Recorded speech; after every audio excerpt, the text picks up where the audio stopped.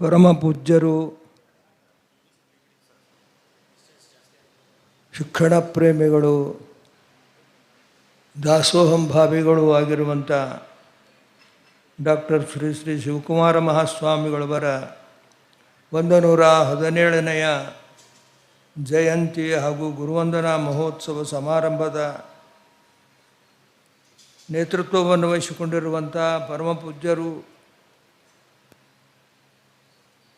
ಶ್ರೀ ಶ್ರೀ ಜಗದ್ಗುರು ಶಿವರಾತ್ರಿ ದೇಶಿಕೇಂದ್ರ ಮಹಾಸ್ವಾಮಿಗಳವರಿಗೂ ಶ್ರೀಮಠದ ಒಡೆಯರಾದಂಥ ಶ್ರೀಮಣಿಪುರ ಸಿದ್ಧಲಿಂಗ ಮಹಾಸ್ವಾಮಿಗಳವರಲ್ಲಿ ಧಾರವಾಡ ಲಿಂಗನಾಯಕನಹಳ್ಳಿ ವೇದಿಕೆ ಮೇಲೆ ಇರತಕ್ಕಂಥ ಎಲ್ಲ ಪೂಜ್ಯಪಾದರಿಗೂ ಕೂಡ ಶರಣೆಂದು ಮತ್ತು ಕಲ್ಲಯ್ಯಜ್ಜನವರಿಗೂ ಕೂಡ ಶರಣೆಂದು ಇದೀಗ ನುಡಿನಮನವನ್ನು ಬಹಳ ಸೊಗಸಾಗಿ ಗುರುಗಳ ಬಗ್ಗೆ ಅತ್ಯಂತ ಅಭಿಮಾನವನ್ನಿಟ್ಟುಕೊಂಡು ಮಾತನಾಡಿದಂಥ ಶ್ರೀ ಶಿವಸಿದ್ದೇಶ್ವರ ಮಹಾಸ್ವಾಮಿಗಳಿಗೂ ಕೂಡ ಶರಣೆಂದು ಶ್ರೀಮಠದ ಯಾವತ್ತು ವಿದ್ಯಾರ್ಥಿಗಳೇ, ಅಧಿಕಾರಿಗಳೇ, ಗುರುಬಂಧುಗಳೇ, ಯಾವತ್ತು ತಾಯಂದಿರೇ ಹಾಗೂ ಶರಣರೇ ಇಂದಿನ ದಿವಸ ಶಿವಕುಮಾರ ಮಹಾಸ್ವಾಮಿಗಳವರ ಅಪೂರ್ವವಾಗಿರ್ತಕ್ಕಂಥ ಈ ಕಾರ್ಯಕ್ರಮ, ಇದಕ್ಕೆ ನಾವು 2ನೇ ಸಲ ಇವತ್ತು ಬರ್ತಾ ಇರೋದು. ಪ್ರಾರಂಭದಲ್ಲಿಯೂ ಕೂಡ ಇಲ್ಲಿಗೆ ದಯಮಾಡಿಸಿ ಪೂಜ್ಯರ ಒಂದು ವ್ಯಕ್ತಿತ್ವವನ್ನು ಹೇಳುವಂಥ ಒಂದು ಅವಕಾಶ ಬಂದಿತ್ತು. ಇದೀಗ ಮತ್ತೆ ಅಂಥ ಅವಕಾಶ ತಂದು ಕೊಟ್ಟಿರುವಂಥ ಪೂಜ್ಯರಾದ ಸಿದ್ಧಲಿಂಗ ಮಹಾಸ್ವಾಮಿಗಳೇ ಮತ್ತೊಮ್ಮೆ ಶರಣೆಂದು. ಯಾವ ಶಿವಕುಮಾರ ಮಹಾಸ್ವಾಮಿಗಳು ಹೇಗಿದ್ದರು ಅಂತಂದರೆ, ಕಾಯಕ್ಕೆ ಶತಮಾನ ತುಂಬಿದರೂ ಆಯಕ್ಕೆ ಅಳತೆಯಲ್ಲಿಯದಯ್ಯ, ಕಾಯಕ್ಕೆ ಶತಮಾನ ತುಂಬಿದರೂ ಆಯಕ್ಕೆ ಅಳತೆಯಲ್ಲಿಯದಯ್ಯ, ಮಾಯೆಯ ದೂರ ತಳ್ಳುತ್ತ ಛಾಯೆಯ ಮಾಯೆಗೆ ಒಳಗಾಗದೆ ಕಾಯಕಗೈವ ಶಿವಕುಮಾರನೇ ನಿನಗಾರು ಸಾಟಿ ನೋಡಯ್ಯ, ಮೃಡಗಿರಿ ಅನ್ನದಾನೀಶ, ಮೃಡಗಿರಿ ಅನ್ನದಾನೀಶ. ಶಿವಕುಮಾರ ಮಹಾಸ್ವಾಮಿಗಳವರು ಶತಮಾನವನ್ನು ಮೀರಿದವರು. ಅಂಥ ಪೂಜ್ಯರು ಅವರ ಆಯಕ್ಕೆ ಅಳತೆಯಲ್ಲಿಯದಯ್ಯ. ಆಯ ಅನ್ನುವಂಥ ಶಬ್ದ ಇದು ಮರ್ಮ, ಐಶ್ವರ್ಯ, ಪರಿಮಿತಿ, ರೀತಿ, ನೀತಿ ಅನ್ನುವಂಥ ಅರ್ಥವನ್ನು ಕೊಡುತ್ತೆ.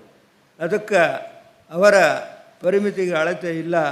ಅವರು ನಿಜವಾಗಲೂ ಕೂಡ ಮಾಯೆಯನ್ನು ದೂರು ತಳ್ಳಿ ಛಾಯೆಯ ಮಾಯೆಗೆ ಒಳಗಾಗದವರಲ್ಲ, ಯಾವಾಗಲೂ ಕಾಯಕನಿಷ್ಠರಾಗಿ ಇದ್ದಂಥ ಪರಮ ಪೂಜ್ಯರು ಇವತ್ತು ನಿಜವಾಗಲೂ ಕೂಡ ನಮ್ಮ ನಾಡಿನಲ್ಲಿ ಬಹುದೊಡ್ಡ ಹೆಸರನ್ನು ಪಡೆದಂಥವರು. ಯಾವಾಗಲೂ ಕೂಡ ಅವರ ಕಾಯ ಇಲ್ಲದಿದ್ದರೂ ಕೂಡ ಅವರ ಕೀರ್ತಿ ಶತಶತಮಾನಗಳವರೆಗೂ ಕೂಡ ಇರುವಂಥದ್ದು ಅನ್ನುವಂಥದ್ದನ್ನು ಗಮನಿಸಬೇಕಾಗ್ತದೆ. ತೋಂಟದ ಸಿದ್ಧಲಿಂಗ ಯತಿಗಳು ಒಲಿದು ಪಾದ ಬಿರಿಸಿದ ನೆಲೆಯೇ ಈ ಸಿದ್ಧಗಂಗೆ, ಕಲ್ಲಿನ ಬೆಟ್ಟದಲ್ಲಿ ಪಾದ ಬಿರಿಸಿ ಗಂಗೆ ತರಿಸಿದ ತಾಣವೇ ಸಿದ್ಧಗಂಗೆ, ಗೋಸಲ ಚನ್ನ ಬಸವೇಶ್ವರರ ಕರಕಮಲ ಸಂಜಾತರಾದ ಸಿದ್ದೇಶ್ವರ ಅಥವಾ ಸಿದ್ಧಲಿಂಗರೇ ಸಿದ್ಧಗಂಗೆಯ ಕರ್ತೃಗಳು ಅಂತ ಹೇಳ್ಬೋದು. ಮಹಿಮರ ಪಾದಸ್ಪರ್ಶದಿಂದ ಪಾವನವಾದ ಈ ಸಿದ್ಧಗಂಗಾ ಮಠವು ದಕ್ಷಿಣ ಭಾರತದಲ್ಲಿ ಪ್ರಸಿದ್ಧವಾದುದು. ಆಧ್ಯಾತ್ಮಿಕ ಹಾಗೂ ಶೈಕ್ಷಣಿಕ ಕೇಂದ್ರವಾದ ಸಿದ್ಧಗಂಗಾ ಮಠದ ಕನ್ನಡ ನಾಡಿನಲ್ಲಿ ಅತ್ಯಂತ ಖ್ಯಾತಿ ಪಡೆದಿದೆ. ಸಹಸ್ರ ಸಂಖ್ಯೆಯಲ್ಲಿ ನೋಡಿ, ಇವತ್ತಿಗೆ 10,000 ವಿದ್ಯಾರ್ಥಿಗಳನ್ನು ಹೊಂದಿದಂಥ ಈ ಯಾವ ಮಕ್ಕಳ ಭವಿಷ್ಯವನ್ನು ರೂಪಿಸ್ತಕ್ಕಂಥ ಶ್ರೀಮಠ ನಿಜವಾಗಲೂ ಕೂಡ ಪೂಜ್ಯ ಯುಗದ ಮಹಾಚೇತನರಾದ ಶಿವಕುಮಾರ ಮಹಾಸ್ವಾಮಿಗಳವರ ಕೀರ್ತಿ ಪತಾಕೆಗೆ ಒಂದು ಹೆಸರು ತಂದುಕೊಟ್ಟಂತಹದ್ದು. ಪೂಜ್ಯರ ಲಿಂಗಕಾಯಕ್ಕೆ ಇಂದು 117 ವರ್ಷ. ಅವರು ಆ ದಿವ್ಯತೆ ಭವ್ಯತೆಗೆ ಅಳತೆ ಇಲ್ಲದಂಥದ್ದು. ಮಾಯೆಯನ್ನು ದೂರು ತಳ್ಳಿ ಮಾಯೆಯ ಛಾಯೆಗೆ ಒಳಗಾಗದೆ ನಿಂತು ನಿರಂತರ ಅಕ್ಷರ ದಾಸೋಹ ಬಸವ ಮಹಾನುಭಾವರ ಭವ್ಯ ದೃಶ್ಯ ರೂಪಕವನ್ನು ನಾಡಿನುದ್ದಗಲದಲ್ಲಿ ಪ್ರಸರಿಸಿದ ಮಹಾಶಿವಕುಮಾರರು. ನಮ್ಮ ಮುಂಡರಗಿ ಶ್ರೀಮಠಕ್ಕೂ ಕೂಡ ಬಸವಣ್ಣನವರ ನಾಟಕವನ್ನು ಅಲ್ಲಿನೂ ಕೂಡ ಅವರು ಪ್ರದರ್ಶಿಸಿ ಜನತೆಯ ಒಂದು ಮನವನ್ನು ಗೆದ್ದಂಥ ಪರಮ ಪೂಜ್ಯರು ನಿಜವಾಗಲೂ ಸ್ಮರಣೀಯರು. ಬಸವಣ್ಣನವರು ಹೇಳುವಂತೆ, ಗೀತವು ಬಲ್ಲಾತ ಜಾಣನಲ್ಲ, ಮಾತು ಬಲ್ಲಾತ ಜಾಣನಲ್ಲ, ಜಾಣನು ಆತ ಜಾಣನು. ಯಾರು ಜಾಣರು ಅಂತಂದ್ರೆ, ಲಿಂಗವ ನೆರೆನಂಬಿದಾತ ಜಾಣನು, ಜಂಗಮಕ್ಕೆ ಧನವ ಸವಿಸುವ ಆತ ಜಾಣನು ಜವನ ಬಾಯಲು ಬಾಲವ ಕೊಯ್ದು ಹೋದಾತ ಆತ ಜಾಣೋ ನಮ್ಮ ಕೂಡಲ ಸಂಗನ ಶರಣರು ಅಂತ. ನಿಜವಾಗಲೂ ಕೂಡ ಶಿವಕುಮಾರ ಮಹಾಸ್ವಾಮಿಗಳವರು ಅತ್ಯಂತ ಜಾಣರು, ಅವರು ಅತ್ಯಂತ ಪ್ರತಿಭಾನ್ವಿತರು. ಅವರ ಜೀವನ ನಿಜವಾಗಲೂ ಕೂಡ ಎಂಥದ್ದು ಅಂದರೆ ಆ ಬಸವಣ್ಣವರು ಹೇಳುವಂತೆ ಲಿಂಗವನ್ನು ಯಾವಾಗಲೂ ಕೂಡ ಶಿವಪೂಜೆ ಮಾಡ್ತಕ್ಕಂಥ ಅವರ ಸೌಭಾಗ್ಯ ಬಹಳ ದೊಡ್ಡದು. ಬೆಳಗಿನ 3 ಗಂಟೆ 3:30 ಎದ್ದು ಶಿವಪೂಜೆ ಮಾಡ್ತಕ್ಕಂಥ ಮತ್ತು 6 ಗಂಟೆಯೊಳಗೇ ತಮ್ಮ ಶಿವಪೂಜಾ ಪ್ರಸಾದ ಮುಗಿಸಿ ಮತ್ತೆ ಯಾವ ಧರ್ಮ ಶಿಕ್ಷಣ ಸಮಾಜದ ಶ್ರೀಮಠದ ಸೇವೆಯಲ್ಲಿ ತೊಡಗಿಕೊಳ್ತಕ್ಕಂಥ ಪೂಜ್ಯರು. ಅವರು ನಿಜವಾಗಲೂ ಕೂಡ ಮಹಾ ಜಾಣರು ಆಗಿದ್ದರು ಅನ್ನತಕ್ಕಂಥದ್ದು. ಅವರ ಆತ್ಮ ಸಂತೃಪ್ತಿ, ಆತ್ಮ ವಿಕಾಸದ ಮಾರ್ಗವನ್ನು ಅರಿತವನು ನಿಜವಾಗಿ ಜಾಣನಾದವರು ಶಿವಕುಮಾರ ಮಹಾಸ್ವಾಮಿಗಳು. ಗುರು ಯಾವ ಉದ್ದಾನೇಶ್ವರರ ಅಪ್ಪಣೆಯಂತೆ ನಿತ್ಯ ಇಷ್ಟಲಿಂಗಾರ್ಚನೆಯನ್ನು ತಪ್ಪದೆ ಮಾಡುತ್ತಾ ಸಾವಿರಾರು ಬಡ ಮಕ್ಕಳಿಗೆ ಬೆಳಕಾದವರು, ಅಕ್ಷರ ದಾಸೋಹಗೈದವರು, ವಿದ್ಯಾರ್ಥಿಗಳ ಕ್ಷೇಮದಲ್ಲಿ ಜಂಗಮ ದಾಸೋಹ ಮಾಡಿದಂಥವರು. ಕ್ರಿಸ್ತಶಕ 1930ರಲ್ಲಿ ಉದ್ದಾನ ಶಿವಯೋಗಿಗಳ ಉತ್ತರಾಧಿಕಾರಿಗಳಾದ ಮುರುಳಾರಾಧ್ಯರು ಆಕಸ್ಮಿಕವಾಗಿ ಶಿವೈಕ್ಯರಾದ ಕಾರಣ BA ಪದವಿಯನ್ನು ಓದುತ್ತಿದ್ದ ಶಿವಣ್ಣನು ಉದ್ದಾನೇಶನ ಕಣ್ಣಿಗೆ ಬೀಳುತ್ತಾನೆ. ಶಿವಸಂಕಲ್ಪದಂತೆ ಶಿವಣ್ಣನಿಗೆ ಬಯಸದೇ ಬಂದ ಭಾಗ್ಯ. ತಂದೆ ತಾಯಿಗಳ ಅಪ್ಪಣೆ ಇಲ್ಲದೆ ಸದ್ಗುರುವಿನ ಅಪ್ಪಣೆಯನ್ನು ಪರಿಪಾಲಿಸುತ್ತಾನೆ. ಗುರುಕಾರುಣ್ಯ ಅಪಾರವಾದದ್ದು, ಗುರುವಾಗುತ್ತಾನೆ. ಶಿವಣ್ಣ ಜನಿಸಿದ್ದು 1908ನೇ ಏಪ್ರಿಲ್ 3ರಂದು ಅನ್ನುವಂಥದ್ದು ತಿಳಿದು ಬರುತ್ತದೆ. ಬೆಂಗಳೂರು ಜಿಲ್ಲಾ ಮಾಗಡಿ ತಾಲೂಕಿನ ಕಿರುವಳ್ಳಿ ವೀರಾಪುರದ ಹೊನ್ನಪ್ಪ ಗೌಡರೇ ತಂದೆ. ತಾಯಿ ಗಂಗಮ್ಮ. ಸುತ್ತಮುತ್ತಲೂ ಕೂಡ ಶಿವಶರಣರ ಕುರುಹುಗಳಿಂದ ಕೂಡಿದ ವೀರಾಪುರವು ಪುಣ್ಯಸ್ಥಳ.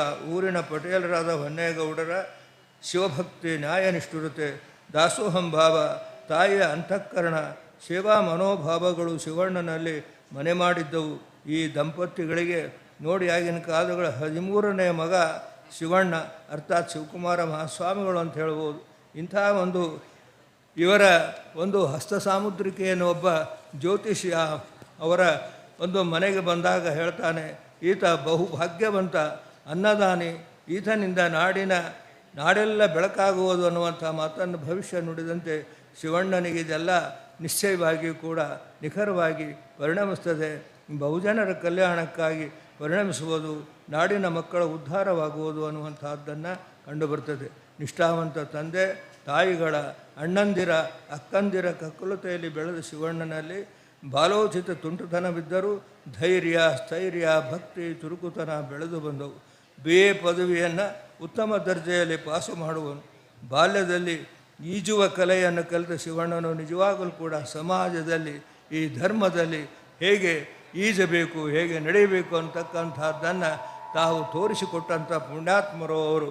ಈ ರೀತಿಯಾಗಿ ಅವರಿಗೆ ತಾಯಿಯ ವಿಯೋಗವಾದರ ಮೇಲೆ ಅವರು ಮತ್ತೆ ತಮ್ಮ ಹುಟ್ಟೂರನ್ನು ಬಿಟ್ಟು ಮತ್ತೆ ಬೇರೆ ಕಡೆ ಮತ್ತು ಇಲ್ಲಿ ತುಮಕೂರಿನಲ್ಲಿ ಪ್ರೌಢಸಿಂಗ ಶಿಕ್ಷಣ ಪಡೆದು ಬೆಂಗಳೂರಿನ ಸೆಂಟ್ರಲ್ ಕಾಲೇಜಿನಲ್ಲಿ BA ಆನರ್ ಪದವಿಯನ್ನು ಪಡೆದು ಸಿದ್ಧಗಂಗಾ ಮಠಕ್ಕೆ ಅಧಿಪತಿಗಳಾದದ್ದು ಇದೊಂದು ವಿಶೇಷ ಅಂತ ಹೇಳ್ಬೋದು.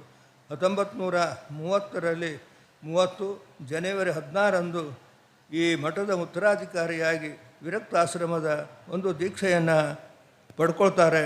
11 ವರ್ಷಗಳವರೆಗೆ ಉದ್ದಾನ ಶಿವಯೋಗಿಗಳ ಸೇವೆ ಮಾಡಿದವರು ಶಿವಕುಮಾರ ಮಹಾಸ್ವಾಮಿಗಳು.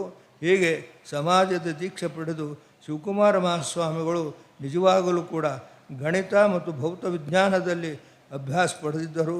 ಇಷ್ಟಲಿಂಗದ ನಿಷ್ಠೆಯನ್ನು, ಜಂಗಮ ದಾಸೋಹವನ್ನು ತಮ್ಮದನ್ನಾಗಿಸಿಕೊಂಡವರು. ಅದರ ಫಲವಾಗಿ ಸಿದ್ಧಗಂಗಾ ಮಠವು ಸುವರ್ಣಯುಗವನ್ನೇ ಸುರಿಸಿತು. ಪೂಜ್ಯರು, ಈ ಯುಗದ ಮಹಾಚೇತನರು, ಇಂಥವರನ್ನು ಇವತ್ತ ನಾಡು ಯಾವಾಗಲೂ ಕೂಡ ಸ್ಮರಿಸ್ತಿದೆ. ಯಾವಾಗಲೂ ಕೂಡ ಅವರನ್ನು ನೆನೆದು ತಮ್ಮ ಜೀವನವನ್ನು ಪಾವನವಾಗಿಸಿಕೊಳ್ತಿದೆ. ಇಷ್ಟೆಲ್ಲ ಅಪಾರ ಭಕ್ತ ಬಳಗ, ವಿದ್ಯಾರ್ಥಿ ಬಳಗ ನಿಜವಾಗಲೂ ಕೂಡ ನಾಡಿನುದ್ದಗಲದಲ್ಲಿ ಪುಣ್ಯಾತ್ಮರನ್ನು, ಪೂಜ್ಯರನ್ನು ಸದಾ ಸ್ಮರಿಸುವಂಥ ಈ ಪುಣ್ಯ ಸ್ಮರಣೆ, ಪುಣ್ಯೋತ್ಸವ ಇದು ಯುಗ ಯುಗದಲ್ಲಿಯೂ ಕೂಡ ನಡೆಯಲಿ. ಇಂತಹ ಕಾರ್ಯಕ್ರಮದಲ್ಲಿ ಭಾಗ್ಯಗಳಾದಂಥ ಭಾಗ್ಯ ನಮ್ಮದು ಅನ್ನುವಂಥ ಮಾತನ್ನು ಸ್ಮರಿಸುತ್ತಾ ಮತ್ತೊಮ್ಮೆ ಎಲ್ಲರಿಗೂ ಕೂಡ ಮಂಗಲವನ್ನು ಹೇಳಿ ನಮ್ಮ 2 ಮಾತನ್ನು ಮುಗಿಸ್ತಾ ಇದ್ದೇವೆ. ಸಮರ್ಪಣೆ. ಪೂಜ್ಯರು ಹೇಳಿದ ಹಾಗೆ 89 ವರ್ಷ ಅಂದರೆ 9 ದಶಕಗಳ ಕಾಲ ಒಂದು ಮಠದ ಪೀಠಾಧಿಪತಿಯಾಗಿರುವುದು ವಿಶ್ವದಲ್ಲಿಯೇ ಒಂದು ಪವಾಡ, ವಿಶ್ವದಲ್ಲಿಯೇ ಒಂದು ದಾಖಲೆ ಎನ್ನುವ ಮಾತನ್ನು ಪೂಜ್ಯ ಶ್ರೀಗಳು ಉಲ್ಲೇಖಿಸಿದ್ದಾರೆ. ಪರಮ ಪೂಜ್ಯ ಶ್ರೀಗಳು 1930ರಿಂದ ಅವರು ಶಿವೈಕ್ಯರಾಗುವವರೆಗೆ ಶ್ರೀಮಠಕ್ಕೆ ತಮ್ಮ ಇಡೀ ಬದುಕನ್ನು ಸರ್ವ ಸಮರ್ಪಣಾ ಭಾವದಿಂದ ತ್ಯಾಗ ಮಾಡಿದ್ದಾರೆ. ಅಂತಹ ಪೂಜ್ಯರ ಬಗ್ಗೆ ಮಾತನಾಡಿದಂತಹ, ಆಶೀರ್ವಾದ ನೀಡಿದಂತಹ ಅನ್ನದಾನೇಶ್ವರ ಮಹಾಸ್ವಾಮಿಯವರಿಗೆ ಭಕ್ತಿಪೂರ್ವಕ ಪ್ರಣಾಮಗಳು.